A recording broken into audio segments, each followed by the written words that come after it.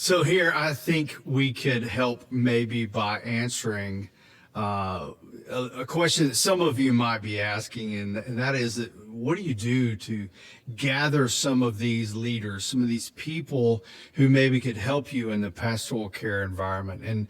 And I would say this first, and I'm going to try to make it sound as ultra simple as I can, recognizing that it's not necessarily easy, but it is simple. And that is, first, what I would do is whoever is listening to this, who has a passion, hopefully if you're listening, you have a passion. And if you don't have a passion for it, then you listen and find the person that has a passion. But that is, I would ask God to give me eyes. So every day that you walk through the auditoriums that you're in, the venues that you're in, every service, every gathering, ask for God to give you eyes to see the people that are supposed to be involved in this. I think he'll do that for you. Number two, I think it is having the ability to have conversations with people that aren't just, hey, Joe, how you doing? How's the fam? How's the kids? How's the job? Great. See you later. But it actually is listening. And as you're listening to people, what you're going to hear is that you're going to hear their passion begin to come out. If you listen to somebody for any length of time, the Bible's very clear, out of the abundance of the heart, the mouth speaks. And so as I'm talking to somebody, you can hear their conversation starts pinging care for people that are in need, passion for couples that are getting married, passion for couples that are in the hospital, passion for marriages, whatever the case may be. You'll start to hear that over and over again. And once I hear that, or I hear it very clearly in even an initial conversation, then my conversation would just be like, what are you doing? It sounds like you really love fill in the blank. And because of that, what are you doing for that particular love? And some of them, the answer is, probably more of them, the answer is nothing. And the first thing that you can do with somebody like that is that if you don't have a lot of relationship with them, or there's no longevity that's been built there, then maybe you could direct them into leading a small group to see if there is not only a passion for something, but there actually is leadership ability and anointing. Because listen, a lot of people have passion. Just watch the television shows about people that want to dance or want to sing or whatever it is. A lot of passion, but they're terrible. They need a friend that says, you can't sing, okay? So people have passion, but they also need leadership ability and they need anointing. So a quick conversation to hear their passion. If you don't have time with them built, then maybe you put them into a small group setting and see if that develops. If you do have longevity with them, then they are a person who I'd say, would it interest you if? Would this be something that you could see yourself doing if you were doing any one of the number of things that requires pastoral care?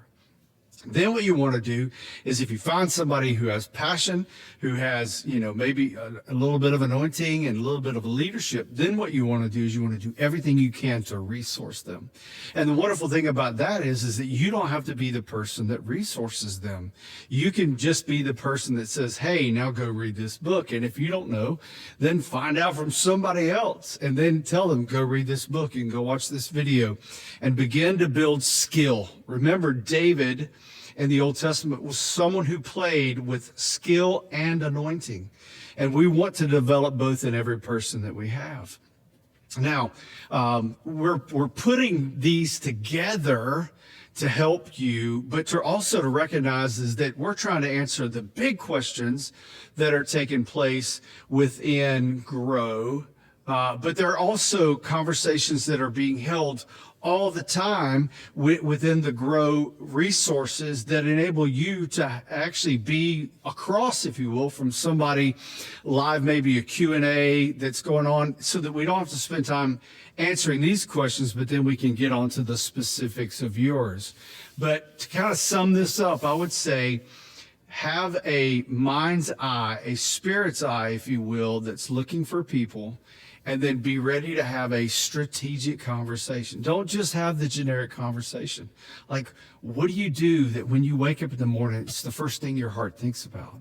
It's not just, I got to get the kids to school, but Pastor Chris says it this way. When the person walks into the room and all they see is the lonely person that's over in the corner, you can tell something about how God wired them. The other person walks into the room and all they see is the chairs aren't straight. You see something about how God wired them. If you'll have great conversations with people, you'll start to see how they're wired. And let me just do it this way. Give them a small test, give them a medium test, and give them a bigger test. Don't give somebody who just has a passion total responsibility. Give them incremental phases in which they can develop and hone their leadership to the place that they're going to be able to do something that you're not even needed to do anymore. So I do basically all the premarital training here at Church of the Highlands, but I've got several couples who can also do it, probably do it better than I do it. And I'm totally okay with that because I want to multiply our efforts. I don't want to just keep it here. And so many leaders, they hold on to things rather than allowing God to use other people, because that's what leaders do. We empower people to do great work, and I believe God will show you how to find them. It's a simple conversation to have. What do you think about all the time? What does your heart beat about?